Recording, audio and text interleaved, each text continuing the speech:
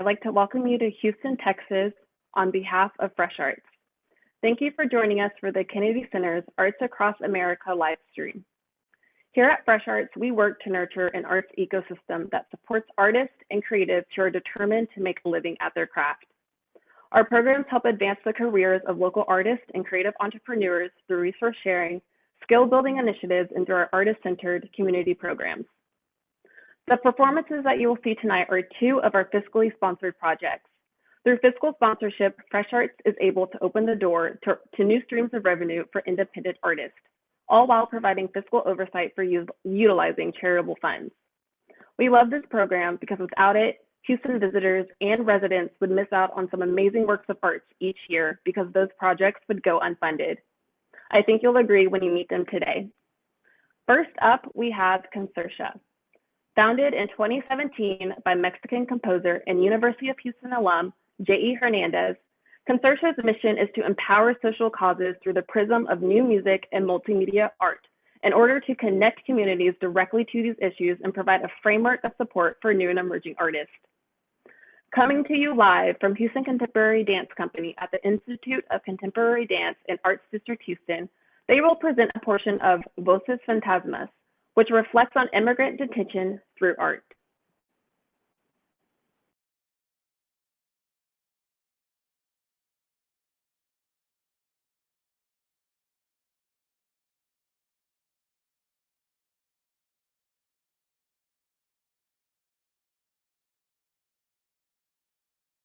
Hello, my name is Jay Hernandez, and I am a Mexican composer originally from Villahermosa, Tabasco. I am bringing you, along with my colleagues today, a program by the name of Voces Fantasmas, which roughly translates to Phantom Voices, and it is inspired by immigrant detention in the United States.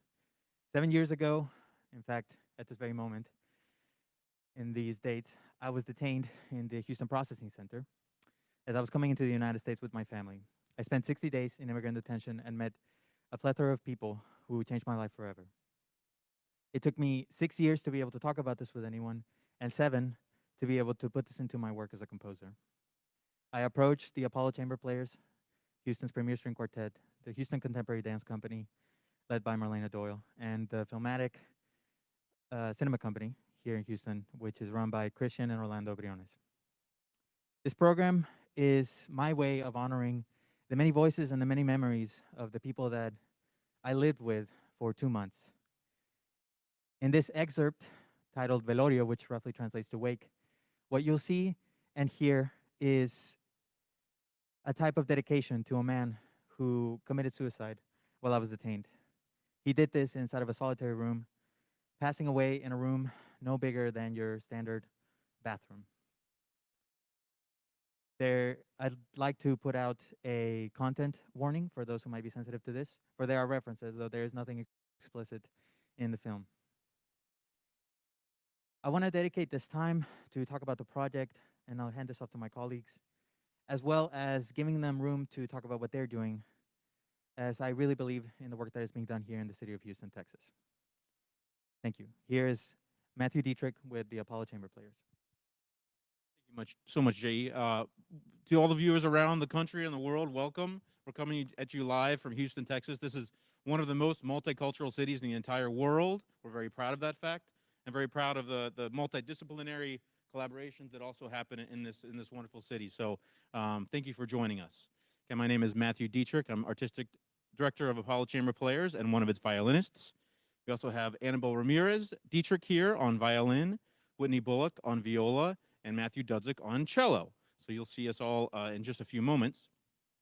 The mission of Apollo Chamber Players is to connect communities and cultures through globally inspired music. And in fact, we're just wrapping up a big project called 20 by 2020. In 2014, we were inspired to commission, to have a goal to commission 20 new multicultural works by the end of the decade. COVID happened this past spring, and we weren't able to premiere the final 2 works of the commission. So coming up here at the end of October 29th and November 1st, we'll be presenting the digital world premieres of these final 2 commissions by composers Yves Beglarian, who's Armenian, has Armenian heritage, and multiple Grammy and Pulitzer Prize winning composer Jennifer Higdon. And Jennifer has written us a really wonderful string quartet titled "In the Shadow of the Mountain," and this is based on her opera, Grammy-winning opera, "Cold Mountain," which is also based on the book. So we're very excited about some of these projects that we're doing. We also have a virtual festival going on right now, which includes many dancers from around Houston and some other really wonderful collaborations. So we hope you will join us, Apollo Chamber Players, on YouTube and Facebook. Please check us out, Instagram, and all those fun places. We also have 4 studio albums out. You can stream on Spotify and iTunes and wherever you consume your media. So again, we're very happy to be part of this project. In 2018, I believe, we commissioned a piece from JE for a holiday concert of music that explored actually many different cultures from around the world. So that was our first collaboration together, and we're really excited and honored to be a part of this meaningful story of JE's that so many others in this city and around the country have experienced. So please enjoy this program. Good afternoon. My name is Marlena Doyle. I'm the president and CEO of the Institute of Contemporary Dance, which is where we're coming live from. This is my new space, new business. We started this business in January, the construction, and we opened in May during COVID. And so we're happy to provide the space today for this project. And we are coming from one of our biggest studios, so excited to be here with all of you. I'm also the artistic and executive director and founder of Houston Contemporary Dance Company, which is a part of this project as well. We are a repertory dance company. We are in our 2nd season. We started this in October of last year, and we are looking forward to another great season, even with the restrictions of COVID. We are very fortunate for collaborative projects like this. I bring in artists to work with the dancers. As a repertory company, we bring in all different voices from all over the country to create new work. And I also do choreographs. So for these projects, I do choreographs. So today, we will be presenting Jesus Acosta, who is a founding member of Houston Contemporary Dance Company, and he will be performing in this excerpt that you will see in a little bit. And I choreographed that for Jesus, and we were both very inspired by J.E.'s story. J.E. and I met for coffee in January, talked. Obviously, things have been postponed due to COVID, but very inspired by his story and just very interested. I asked a lot of questions, and he gave me a lot of input, and it's just really amazing that we can put something together even with all these restrictions due to COVID-19, here we are. But we are very fortunate for this opportunity, and I'm just looking forward to the extensive project. And we had a chance to work with these gentlemen as well, working on a film that you will see as well during this excerpt today. And I'm looking forward to, streaming and being a part.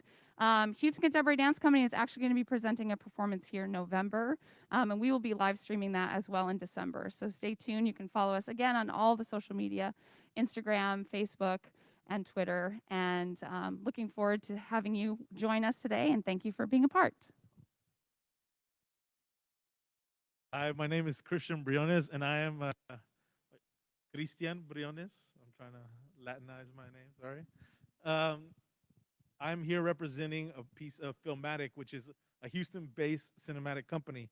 And other people in that company are John Connor, who is actually on this tight shot, and my brother Orlando Briones, who is on this wider shot sliding that you'll see throughout the performance. One thing that we've done throughout this project, Voces, that we've done is that since it's a multidisciplinary project, we've added the cinematic aspect of it. And during this performance today, you will see a projection of a piece that we did. And it is something we absolutely love to do. And we've grown up, me and my brother have grown up ever since watching cheesy 80s action movies with my father, where he tried to learn English through these, through the early Steven Seagal, Arnold Schwarzenegger days.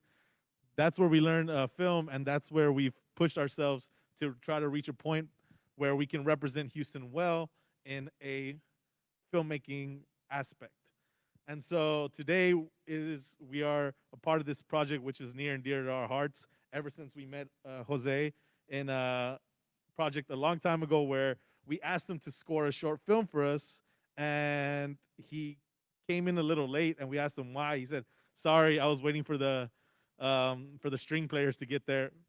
It was just a short film, and he came in and he gave us about 13 tracks, all in like a weekend that he made. So I'm so happy to be able to give back now to his project and be able to add what we do here. So if you guys want to follow anything we do on other projects or behind the scenes on this project, you can go to filmaticcinema.com or actually follow a lot of my brother's Instagram where he posts a lot of that, which is This Is Filmatic.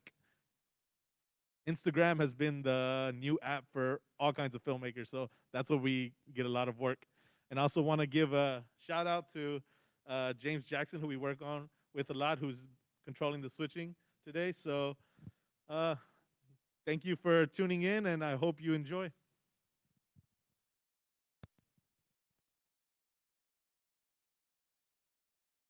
I'd also like to thank the soprano singing today. Her name is Shannon Murray, and she is an excellent American singer working here in Houston, originally from Boston.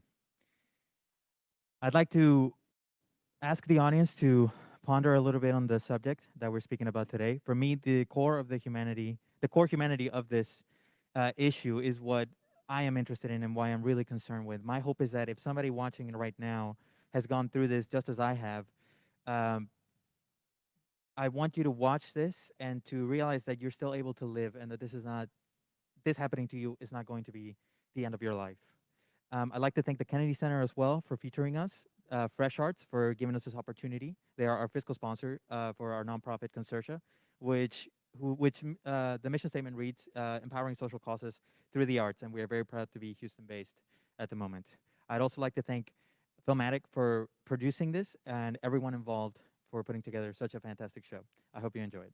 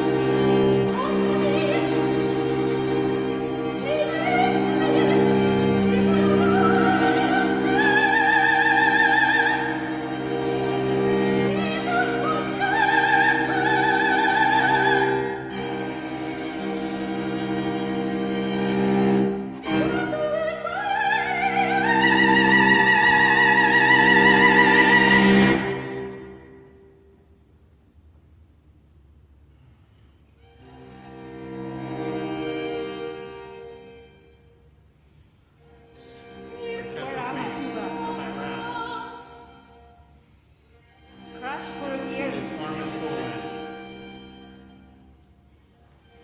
Red is from White Moses. Human. I woke up again. Yellow Where? Bee. From Am I Monterrey. human? From Tabasco. Am I human? Guatemala. Am I human?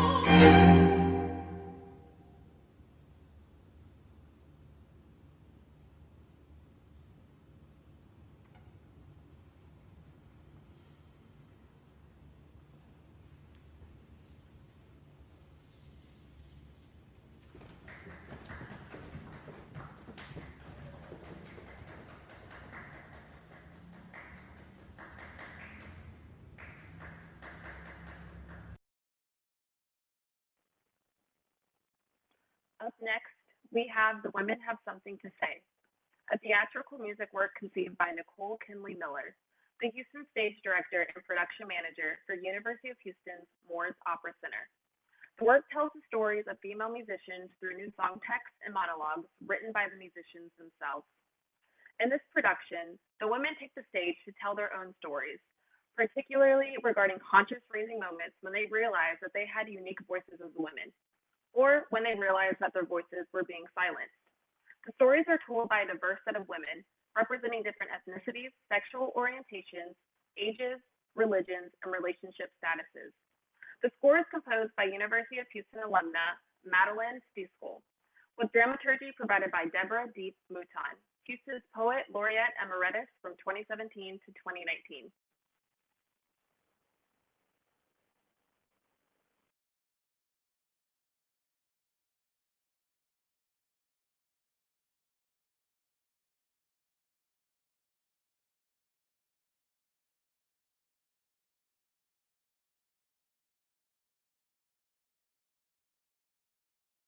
Light, you'll turn the light out. Everybody ready? He's standing by the light. This is good. This means we're ahead of schedule, y'all. Oh, good. Here we go. Hi, I'm Nicole Kinley Miller, the producer and director of The Women Have Something to Say. The women standing with me today have all been on a journey to write this show celebrating women's voices. Each musician has written her own monologue and song, set to music by Madeline Stiesel. The scenes recount how each woman has found or is finding her voice, and were written by Jessica Blau, Gracie Ibemere, Shannon Hesse, and Cynthia Clayton, and they'll be performed with violinist Ingrid Gerling and pianist Tally Morgulise. And rounding out the ensemble are Gwen Alfred, Isabel Gantz, Lisa Vickers, dramaturg Deborah Deep Mouton, and the composer herself, Madeline.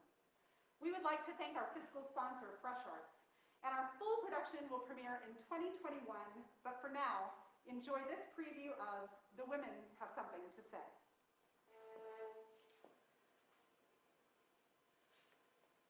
I am only one voice.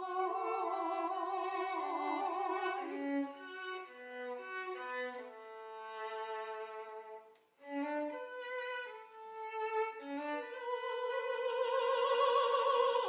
am not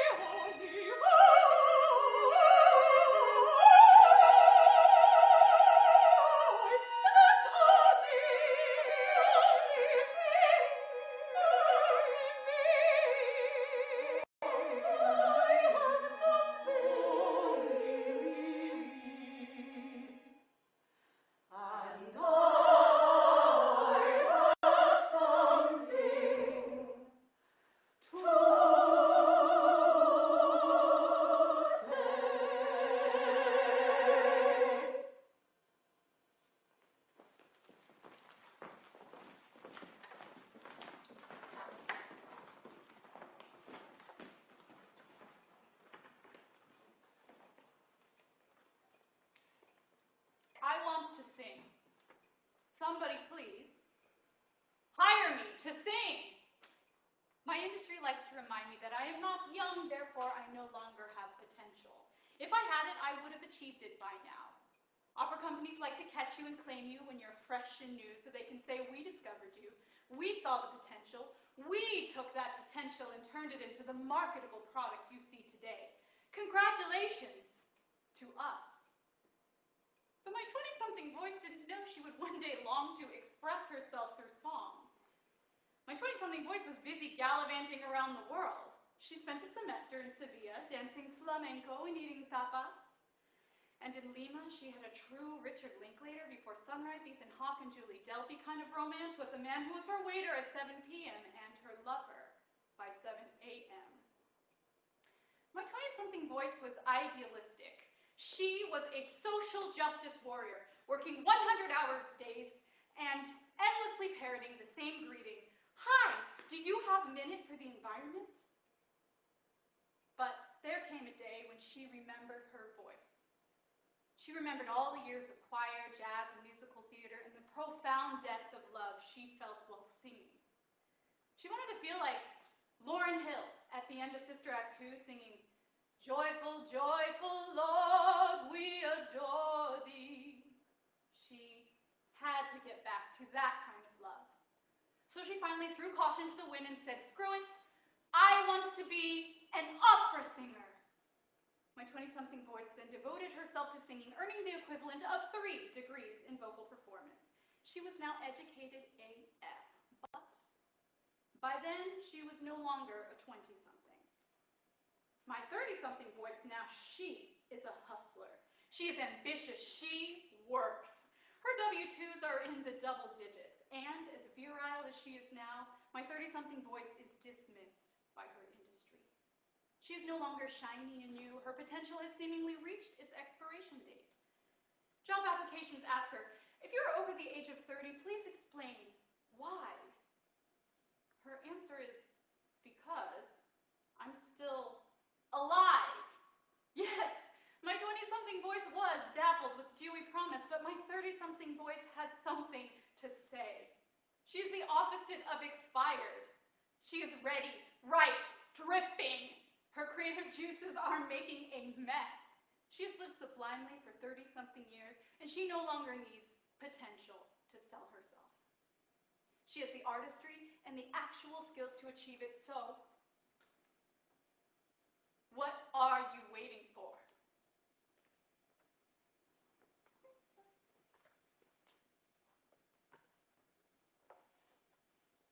Careful. Be very careful. You mustn't say that. You don't want to offend. You want to work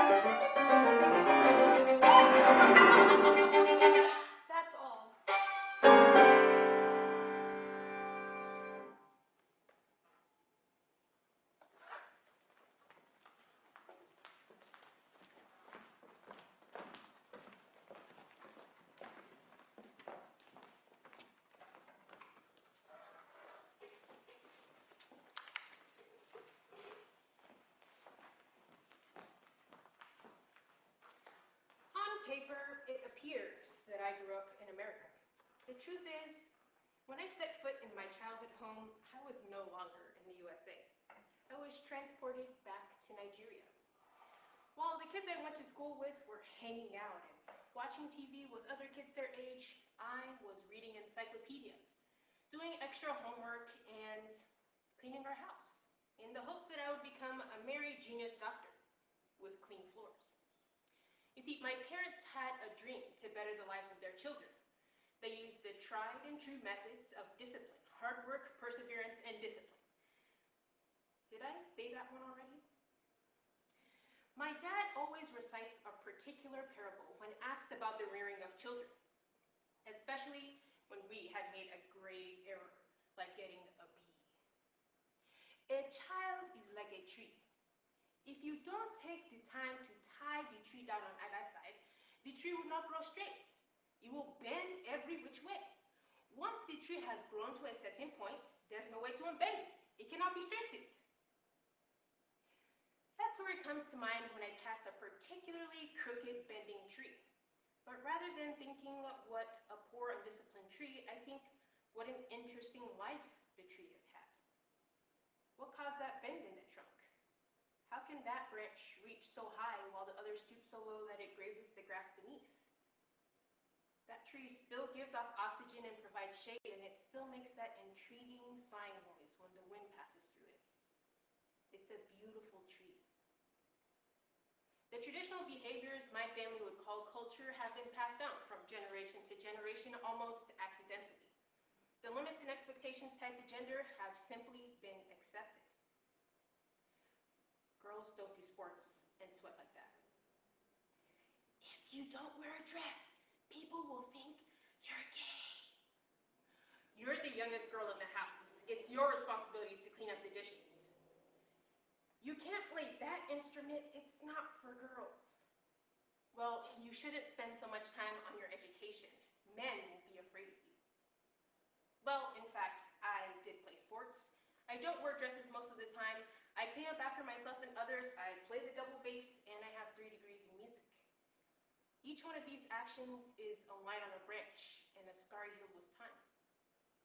I'm proud of my branches and scars. Why would I want to look like any other tree?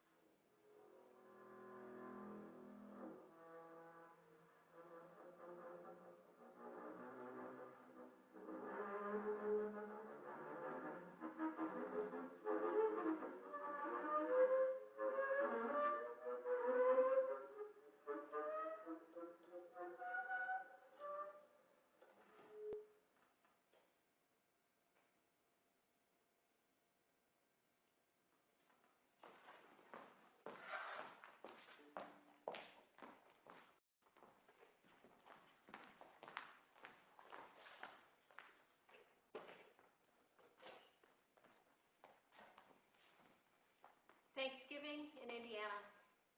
My mom comes from a big family, oldest of 5, so with every holiday we gather together at Grandma and Grandpa's. For meals, the grown-ups sit in the dining room while the rest of us are at the kids' table in the kitchen. After the meal, we all convene in the living room for pie. Each aunt brings her favorite recipe. Aunt Karen with pumpkin, Aunt Marcia with chocolate almond, and my grandmother's pecan pie always makes an appearance. One year when I was maybe 11 or 12, I remember sitting in the living room with my mom and her mom. Most of us had already picked out a slice, but my mom had waited patiently for others to choose before leaning in to see what was left. My grandmother glanced over with her ever-present cigarette dangling between bony fingers and asked if she really needed a slice. It was not the first time my mom had received that kind of comment. Years of scrutiny over her choices of what to eat and what to wear. Possibly knowing no other way, or maybe just out of habit, her struggle became my struggle, and the cycle continued. She tried in every thoughtful, loving way she could to ask me the same question. To offer to buy new clothes if I reached a certain goal. To ask if I really needed a slice of pie. Back and forth, years and years, until I was on my own and had only my voice ringing out with disappointment and shame. I haven't always looked like this. I was thin once, during the height of naive, youthful fun. Oh, to be in my 20s again. I was seen, but not the way I had anticipated. Seen as an object, as something to enjoy, to touch, to grow. Not someone with ideas, hopes, ambitions. Overt stares at the airport as I adjust my boots. Standing in line at the Vatican, crowds pushing, realizing the man behind me is rubbing up against me. An older colleague saying we should have sex with our extra time when our rehearsal ended early. I said nothing. I had no idea what to do. The cost of being seen was more than I had anticipated. The voices of my inner struggles grew louder. I scrutinized every morsel, every mile. I asked myself if I deserved anything and pushed my body harder to try and drown out the sound. I appeared stronger and stronger, but inside, I was dying. Now, I hide. Hide in my work, hide behind my responsibilities. I call it the selflessness of motherhood, or being a good colleague. No one wants to look at me. I don't want to look at me, so I try to become invisible. But I don't want you to hide. I want you to know the power of being heard, to take control of your ideas, hopes, ambitions. How can I tell you that I love and believe in you if I can't say it to myself?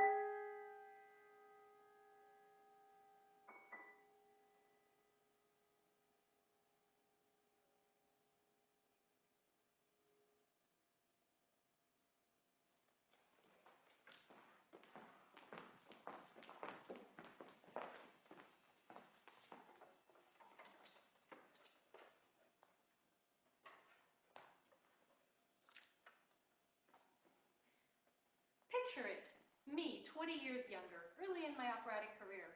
Fellow performers and I are hanging out backstage, making small talk during a performance.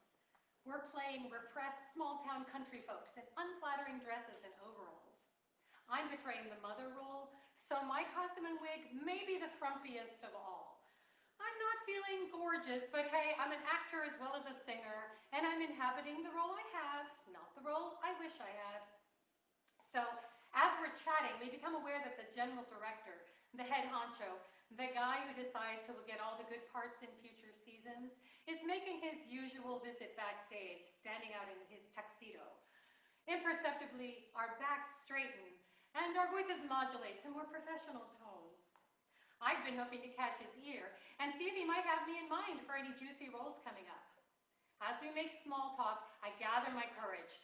This is the moment I've been waiting for. Casually, I put it right out there.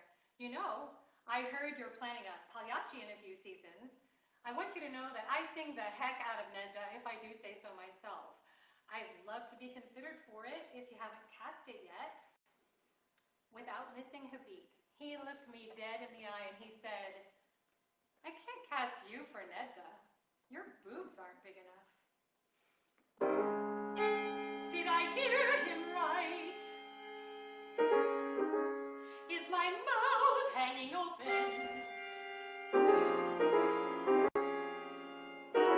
Are my eyes bugging out? What the hell do I say now?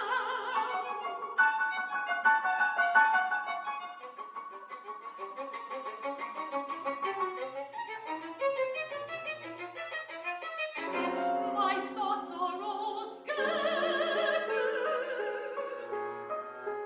What could I possibly say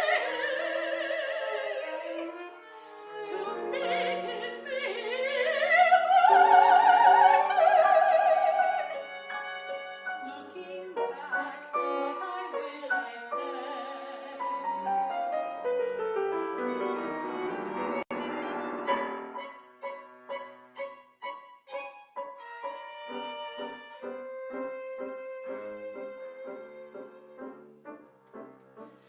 To get this far cost thousands of dollars and unimaginable devotion, plus constant management of my health, my energy, my rage.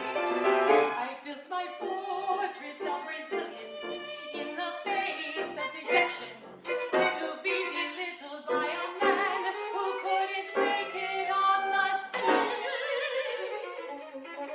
Why did you try to take me down?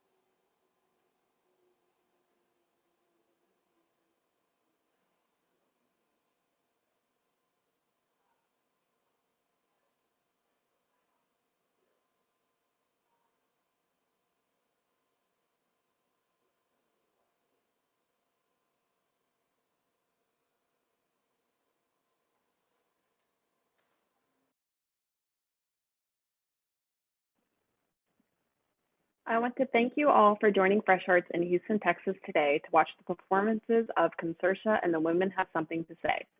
Please make sure to refer to the comment section to find ways on how you can support these projects. For further information or resources, you can also head over to www.fresharts.org. Thank you and enjoy the rest of your afternoon.